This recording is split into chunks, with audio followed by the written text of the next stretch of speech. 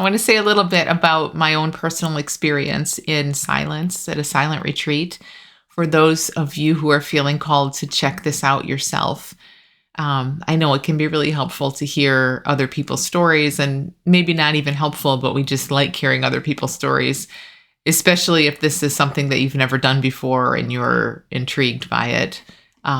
So I totally get that. So I'll share a little bit of my experience, but of course, with the caveat, a couple major caveats. One, who knows how this is going to go for you? Who knows how it'll go for me next time? How it goes is not really even how it goes, because now we're just, in thought and memory kind of going backwards. It's so impossible to actually describe. So please, anything that I describe about my experience, just obviously hold it very, very loosely. Don't let it become an expectation for you. It's not the way it should go. It's not the way it shouldn't go. It's just the way it is. This is one thing I really feel like I saw in this time is whatever happens is perfect. It just is what is. It cannot be any other way. And I really trust that. So that's the first caveat. The second and really bigger, more important caveat is that, for me anyway, the way I see it, silent retreat is not about experience anyway. It's completely about rediscovering and connecting with and steeping in what is not experience. What is here that never comes and goes? What is here that never changes? And that is what silent retreat gave me. And I'm confident that I would feel that no matter what came and went during the week, like what came and went during the week and after the week, because a lot of different stuff maybe came and went after the week. Again, that's the coming and going. And in a sense, that all comes to get seen as what comes and goes. Like, who cares? I mean, not who cares in a dismissive way, but just like, okay, well, that's the coming and going. But this deeper sense, this really like a rediscovery of what is always here. It feels like a magnet. I can feel it right this minute, like a magnet, like a weight kind of pulling, like there is a deep, profound silence and peace always present. I'm not saying it's always present in my experience. It's not. It's not in experience. It's not of experience. But in this state, and this is just one way, you don't have to have silent retreat for this to come alive for you, but it is one powerful way that in a prolonged period of silence with no distractions and all of that gone, there's like a touching into that can happen that doesn't go anywhere. Again, it doesn't mean attention is always on it. You go home and you're doing things and you're thinking and you're solving problems, and wonderful. But I can just speak for myself. Like there is something that hasn't gone, and it's clear that it hasn't gone. And every experience under the sun has shown up, and will continue to, I assume. And they just matter like that much less, because this something else, this unnameable something else that feels like truth, that feels like home, is right there. It's very palpable. It's more obvious than ever. And it's just like freedom. It's like home. It's truth.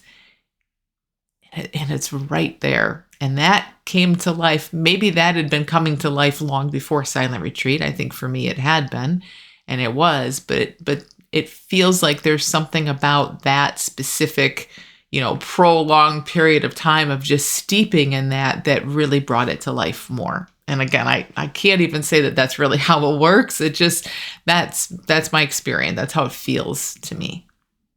So a few things about the actual week, the actual time in silence. a couple, when I think about this, to kind of tell the story of it in a sense, there's a couple things that kind of stand out. One is what happened with thought, and the other is what happened sort of more physically and energetically. So in thought, it became so clear.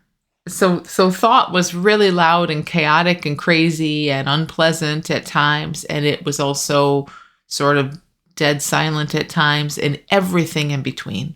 But overall, what I really, really saw, not in an always pleasant way, was, oh my gosh, the just repetition, the constant looking out, the narrating of how things would be explained later, of like the rehashing of like, here's how my morning was. It was this experience in that way, and this is what happened. Meanwhile, I'm living it. You're living it, right? You're living life.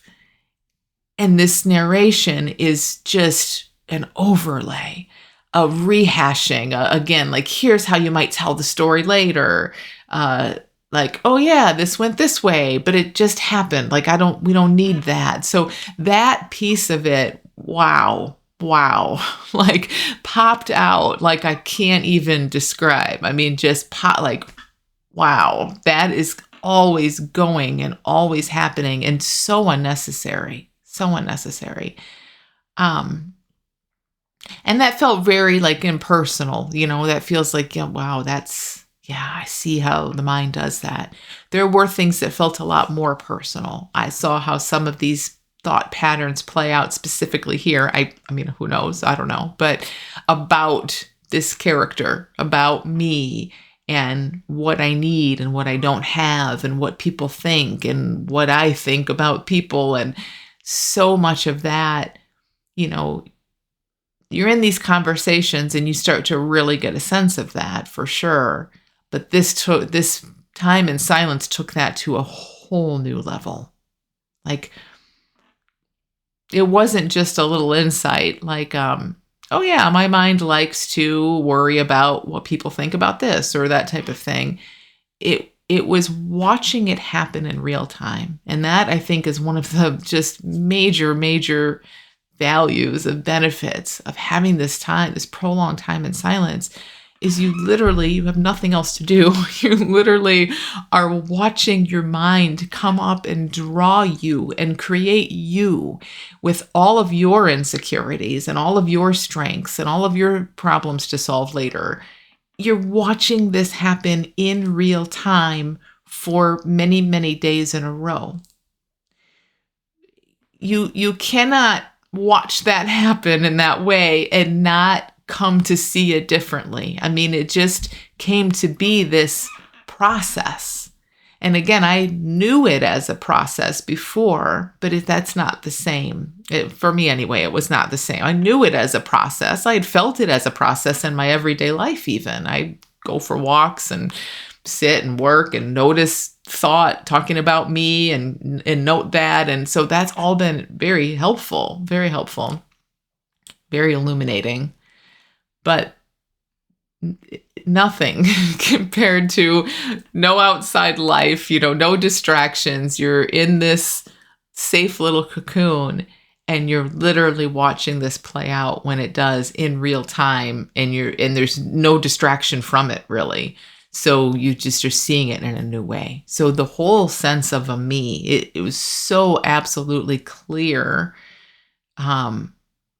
that there is no me. I watched the creation of me happen for 5 days, 6 days in a row. And that is such a gift, because, many people say, oh, I get that. I know there's no me. I know this and that.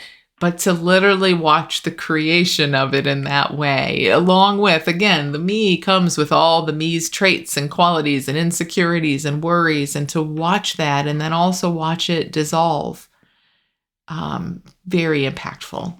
So in general, and I think this is probably fairly common, there was a lot of thinking early on. Actually, in the very beginning, there wasn't a whole lot. I was like, oh, cool, I'm on silent retreat. And then maybe a couple days in, it kind of hit a peak with a lot of that. And then there was the silencing of it. But I don't know. That's just in general. It didn't really matter. It didn't really matter. It was nice when it finally got silent. I won't say it wasn't nice, but it didn't really matter because I knew what I'd been watching. I knew that wasn't me. So that's a little bit on the thought piece. Energetically, I was not prepared for any of this, what I experienced energetically. And I'll just say it was a very physical, when I say energetic, for me only, my silent retreat was not a super emotional. I mean, some of the emotions that were most prevalent for me were like frustration, restlessness, probably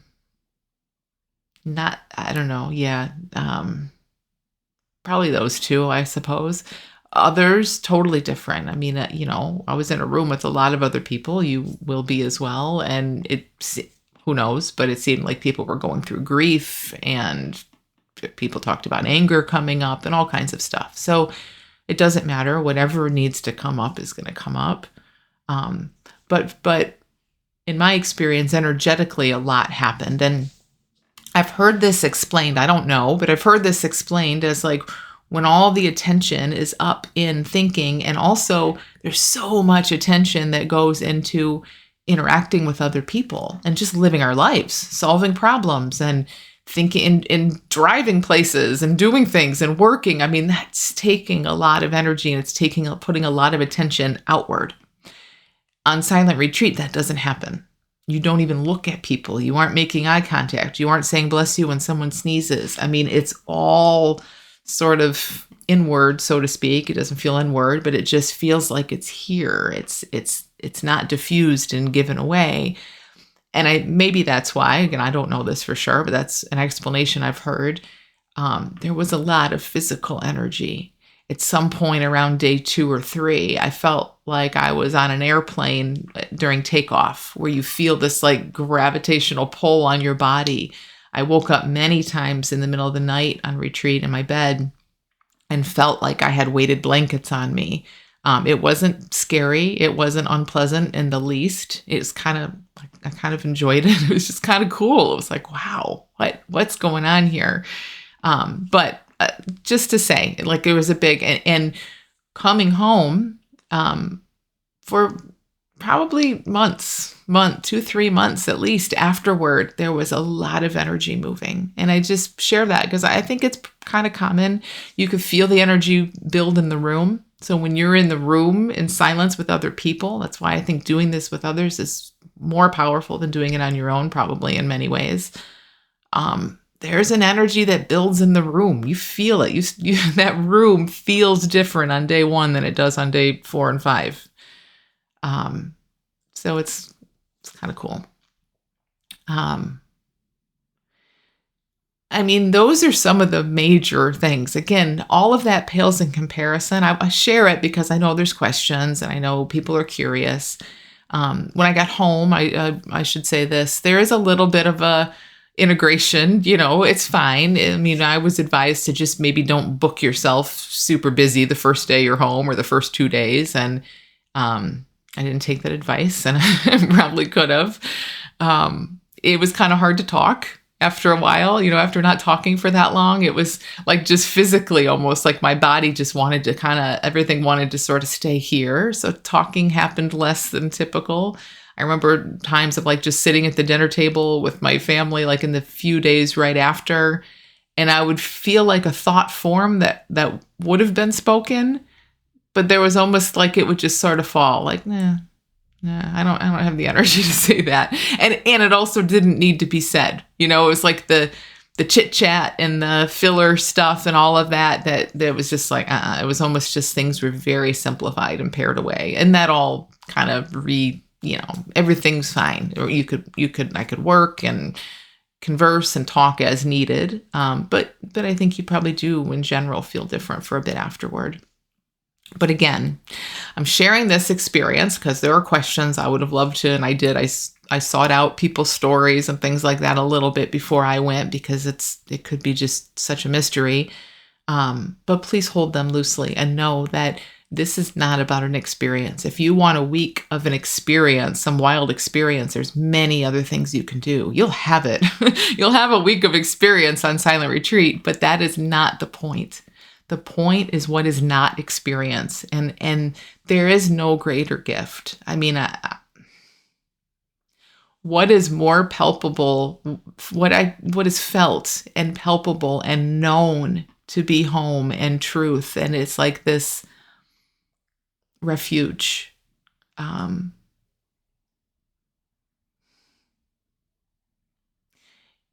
It's just so much more obvious now after that time. And what is not truth and not home, all the stuff that's always changing, is also more obviously that.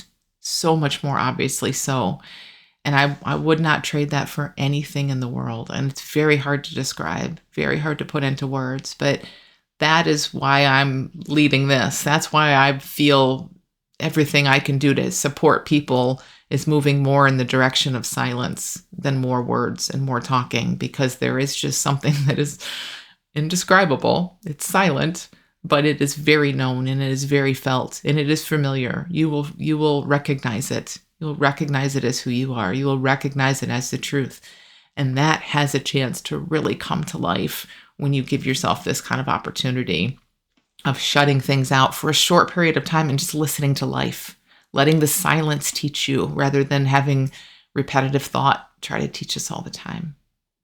So I hope that's helpful. I'm open to any questions at all. But just again, please hold it loosely and look in the direction of what's never changing. And that's what we'll be doing together in this week. So if you're interested in silent retreat, I am leading one in Gatlinburg, Tennessee, the last week of February. I would love to have you. I'll put the details here. And I hope this is helpful, and I'm open to any questions.